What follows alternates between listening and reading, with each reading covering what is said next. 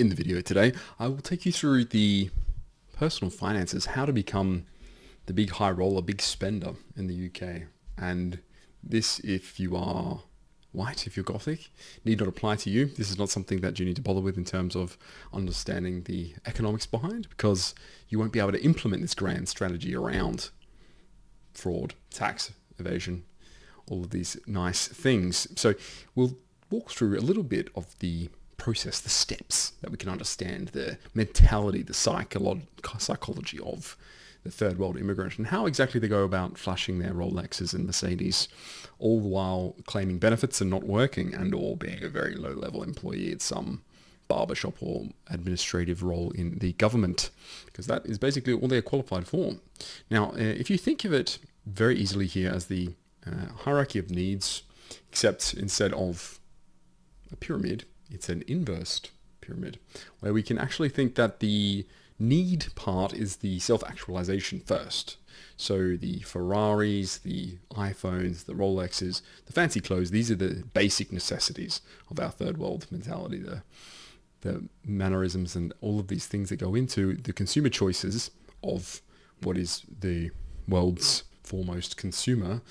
And we can think of that as the entry point. If you think of things like rent, they are very last. Anything around saving, pensions, charity, contributing back to the broader society that they're leeching off of, all of these things are very much higher on this pyramid to the non-essential area. And trust me, the funds don't ever, because this funnel basically has a large amount of gravity pulling it, that the funds will never spill over up the top there. So we need not worry about the top 2 or 3 sections of this pyramid. We basically here have the frivolities and consumer goods, and then maybe anything else that's conspicuous. So in general, once we've thought about this in that way, it maybe becomes much clearer as to how we can start to pick apart the step-by-step arrangement here around conspicuous consumer consumption choices, and how that interplays with the idea of a lived experience in the immigrant community. Because when you get sick and tired of raping and small petty crime, we have to actually think longer term here around how my 15 family members can fit into a small apartment in the ghetto. So to make that happen, we can't just leech off the government, as you see here, poor Nick, who is sponsoring many of these schemes with his taxable income job, the payee scheme, where you cannot avoid tax if you try. You have much more, say, petty crime paying for all of these luxury goods. So it isn't enough to, say, take cash in hand for work. So you can't go out and be a plumber and take a weekend role where you'll be paid 300, 400 pounds in cash rather than reporting it. And it's this sort of nice bonus where you've helped someone and they've helped you, scratch my back, scratch your quid pro quo. It's much more, if I could steal this Cadillac converter and sell it to the Albanians, how much cash will I get for it? And then using that cash, can I buy some drugs in bulk and then sell those for X more? This is their mentality. This is why Scarface is very popular in that community, and all these movies and media around earning money and getting those stacks higher, something like that. So the foremost way to launder that cash in the UK in particular is through barbershops. And taking a study here, we can see that in the UK, which has a population of about 61 million at the moment, there's enough barbershops for 1,352 people on average, which means that there's been an increase in 3 years of 12% of barbershops, which is not correspondent, obviously, to the population increase, and in particular Turkish barbershops and the like, which are akin to fronts for very low level and disorganized crime, we might call it, where if you have the rape gang peddling out young girls for prostitution money, you need to be able to wash that cash and report income that way. That's why you also see those cigarette and candy stores and lolly stores, things like that, because it's very easy to claim X amount of cash coming through those businesses without actually having to show receipts of proof, and in doing so wash that money in that way. So they'll always employ 4 or 5 ne'er-do-wells, at least on the books, for those things, and they'll have their own enclave of auditors, lawyers, people like this who organize these things in ways that are legal and tax efficient. And there's not really much of a grumble or a peep from the government, because they consider it by the book. And so rather than asserting maybe a judicious stance here, being rather prudent around the allowance of leniency toward crime and criminology in that way, they just say, no, that's okay, you've ticked the box. And that's all we require of you. So it's fairly evident too that if you dig even just very shallow into this picture, in this puddle, you'll be able to see all of the signs as towards how that works. And so Sweden had a very interesting empirical study done by some very well-meaning academics on the usage of a tax rebate on commuting. So when you commute certain amounts, you put in a tax rebate to the government on your income, on your wage, and you get that back. Newly found immigrants don't do this because they feel as if that the usage of tax and declarations of tax is something that will be used against them, because obviously all of their income is either off books or from the state government, the welfare. Then they don't necessarily even need to declare income taxes. Then it goes the full circle where you have the legality applied to these people, whereby they say, look, in their little circles, you can actually apply for tax rebates on things you never did. And this we call abuse, tax fraud, but it's very banal and very low level that won't get caught, so they do it even more. And so the study here shows you that immigrants from non-Western countries don't do any tax claims, basically, because they take all their money cash in hand. And then ones that have been here for a long time do even more than the native populace, so they claim even more often. So it's a very interesting duality here where you're being ripped off on both ends, basically, by no declarations, because obviously the imputation from a declaration of your tax is that you have income to declare, which they try not to do and avoid. And when they have established some legal means of establishing revenue of some income, form of income that's legal, then they are able to tax benefit off of that, regardless of the actual usage of, say, commuting or any other tax benefits that once again, their ethnically aligned tax advisors and lawyers help them with. So that's one of the very interesting and basic ways around how to boost the local economy, whilst also to the detriment of the actual taxpayer here, Nick. So there are, first of all, some very basic schemes that the crafty, perfidious third worlder is used to. Now, the excuses usually made by, in this instance, academics, but also sometimes policymakers and other politicians, legal, juridical frameworks say that it's because it's too complex and that there are cultural differences around how we think about cash and tax and all these things. But tax evasion levels are very clearly delineated along Western and non-Western countries. So if you're saying something like Switzerland's only at a 9 in terms of tax evasion, and probably 9% of their populace is third world foreigner. The UK, similar things, 12% for the 12%. America is an interesting one because of the IRS's ability to track and trace tax system, so it's a bit of an outlier, but they have quite a low system at 8.6 there, so it's like probably the leading baseline level of tax evasion as a non-performance, so the least corrupt, or the least tax evading country in the world.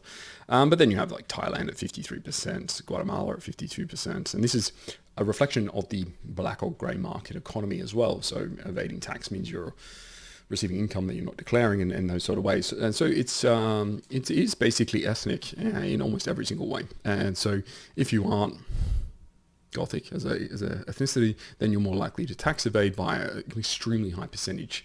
And that seems bigoted, prejudice. That's data, that's statistics. I don't know what you want me to do. You want me to manipulate statistics? I'm not boomer enough for that. I'm just going to give you the cold hard truth here as to why everyone knows something's happening, and that this is the king without his clothes on. The next chart shown here is just the UK income per quintile per ethnicity, and it's very interesting because very clearly that's every single ethnicity that's not white, which we could take as the baseline, is performing worse off in the first income quintile and second income quintile, which is the lowest, which is to say that those are the ones that are the poorest, and they're the poorest for reasons that are very obvious. But that is not to say that they are the poorest from an actual cash perspective. When we take a white person that is poor, we think of the downtrodden. We think of genuinely deprived and privation. You know, there are neighbourhoods in Wales and northern England which are old mining towns, which are just generally horrifically facing, as I said before, privation, depredations. So you can think of that as a massive issue amongst those communities, and that's where we get the idea of like chavs and all these sort of traducements of their being, and the more gormless and feckless boomer will start to be snide and snarky about this and say that these people are getting what they deserve for being poor and all this sort of stuff. So it's interesting that you see the corresponding factor here, that not only are there more poors from every other ethnicity in the UK than whites, which is once again quite interesting because these people are not native, so you've imported people to be poor in your country, which is very interesting. But then how 49% of Bangladeshis are in the lowest income quartile, but don't appear on the statistics as poor from other records, which shows you that they're receiving income sources that are not declared. And very easy to understand why they're not declaring them, because they don't want to pay tax on them. They want to use that cash and that money for other things. And the UK government has been so spineless and so poor in terms of, I say, targeting very clear statistical offenders, that they're not willing to do anything about this. So you can see here, petty crime has probably been responsible for most of this quintile, maybe the second quintile, and tapers off up into the third, fourth, and fifth. And in doing so, they are not recording the statistics on more heavy financial related crimes because they're under a certain threshold in terms of, so if I'm a Bangladeshi, then I would be, say, earning, stealing, thieving, whatever, frauding, £30,000, £40,000 a year. I'm not paying tax on that. So that's cash. And I'm about able to do that with what I want. And then really all my expenses, as I said before, on the inverted pyramid, are on consumer goods. So they'll be driving Mercedes, they'll be driving BMW, they'll have the nicest iPhones, all these sort of things. They'll still live in the ghetto, but that's because that's what they're used to. And that's what everyone else in their community has anyway. So it's not really that much of a, in terms of respect or status change for them. There's like, yeah, we all live in this crappy ghetto with 15 family members in 2 bedrooms. That's fine, but I have a Mercedes and you only have a BMW. So here we can think about that. And to bear out this point, looking just at drug offences, and this is people who are selling drugs, that's white offenders are only 18%, which once again corresponds basically directly to that 17% of the lowest quintile. And white here is a very generous term. It probably includes, I'm going to say, Eastern Europeans of, we'll call it ambiguous ethnic backgrounds. So for actual white British, actual white, not mulatto or some other weird colour, the offenders is probably more like 10%ish, probably much lower now. That you have ethnic gangs which comprise of the most of the gang activity in that way. So very clear to see how the fraud happens, why it happens, and where it happens in the UK. So looking a bit more at that, there's some pictures of a very lovely ethnic wedding with Lamborghinis and Ferraris that they very clearly have procured through legal means, and every third worlder's favourite lionized, adulated, pedestaled individual, Andrew Tate, and his very conspicuous outfit here, smoking his very conspicuous consumption good. And then just obviously it's just a snippet here of benefit fraud maintaining its preeminence amongst that community, because for some reason the UK and other Western European countries feel like they need to give benefits to non-local citizens for reasons that are unbeknownst to me. And this is maybe a legacy of the liberal propaganda out of the 70s and 80s, whereby we understood that there were people in need, and those who have more give to those who have less. And the idea that a third world will try to manipulate or defraud this system was not seen as something that was feasible. It's not a possibility because we're naive and ignorant boomers and we don't consider people to be evil in that way. But very clearly, benefit fraud is one of those more substantial and less horrific crimes that are being committed by the immigrant populace and the third world non-Western European immigrant populace in particular. You can look at other countries around the West, and so in America it would be Mexicans, in Australia and New Zealand would be Asians. All of these people are leaning on the system in a way that they're able to manipulate local, more trustworthy, you could say, Anglos and Europeans into giving them money for things that don't exist, like kids or relatives or efforts, disabilities. All of these sort of things are very high on the list. And if you looked at a list, if I had the data with me, obviously it's not public, but if I had the, say, benefits data of the UK and I was able to filter by just name, even not even ethnicity, even if it's not collected, I could guarantee that there would be an overrepresentation in disability claimants amongst those communities for reasons that you would think are very obvious, like inability to walk and see and hear and all these things, and then you go and test those things and they would obviously not be true, but a local doctor of their own ethnicity would have given them the certificate for that, so thus we consider that to be trustworthy and right. So the last kind of points here, which will highlight the absurdity of the situation, that you're being financially grifted here, unfortunately, for the last 40, 50 years. We all are, actually. Not only we're net loss and taxpayers, and you can see that with min-apt immigrants not even contributing into the system that they'll eventually take from early anyway, but actually that there's an evaporation of the grey and black market economies out of the country to the home country, which they still consider their homes, obviously. And this is borne out in something as simple as asylum seekers traveling back home to the country they're claiming asylum from. If I was deathly terrified of the country I was fleeing from, I would not go on holiday there. But you can see, I don't have the data here, that many, as upwards of 80-90% of asylum claimants in Western European countries end up just traveling back to those places. And this is particularly true for things like, especially the Middle East and Africa and South Asia. So it's less likely for actual, say, North Koreans, as much as it definitely is the case for anyone who's a brown third worlder. So that's one of those very obvious tells that apparently Western society just doesn't seem to want to do anything about for some reason, even though it's very easily stopped. I mean, you just ban them from the flying list. How hard is that? You go to the airport, you say, this person is not allowed to fly to this country at the end. And then you'll have visa fraud and you'll have passport fraud, and obviously that's racist to stop, so we wouldn't do that. But in general, that would be a very easy policy to enact to stop perpetrators flying back to the country that they're claiming they are fleeing from. In any case, I think the last one that is very obvious in terms of financial fraud, at least, to be able to afford this very luxurious, and this is bowling lifestyle high roller in your local ghetto, is that there's a huge preponderance to send remittances back to countries of origin. So you can see here the largest remittances.